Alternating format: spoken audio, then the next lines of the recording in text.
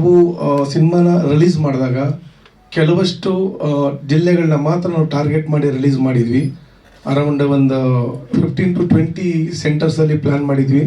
But ನಮ್ಮ target ಇದ್ದಿದ್ದು ಒಂದು 5 ರಿಂದ 6 ಡಿಸ್ಟಿಕ್ಸ್ಗಳು ಮಾತ್ರ. ಮೈಸೂರು ಇರ್ಬೋದು, ಬೆಂಗಳೂರು ಇರ್ಬೋದು, ಹಾಸನ ಇರ್ಬೋದು, ಇಲ್ಲೆಲ್ಲ ಕಡೆ ಕಂಟಿನ್ಯೂ ಹೌಸ್ಫುಲ್ ಆಗ್ತಾ ಇದೆ.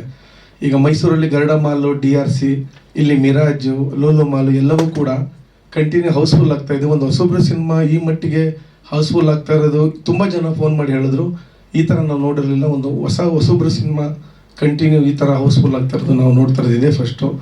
ಸೊ ನೀವು ಇನ್ನೊಂದಷ್ಟು ನೀವು ಒಂದು ಮಾರ್ಕೆಟಿಂಗ್ ಮಾಡಿದ್ರೆ ಅಥವಾ ಇನ್ನಷ್ಟು ಜನಗಳಿಗೆ ರೀಚ್ ಆಗಿ ಮಾಡಿದ್ರೆ ಅದು ಇನ್ನೂ ಒಂದಿಷ್ಟು ಜನಗಳಿಗೆ ತಲುಪುತ್ತೆ.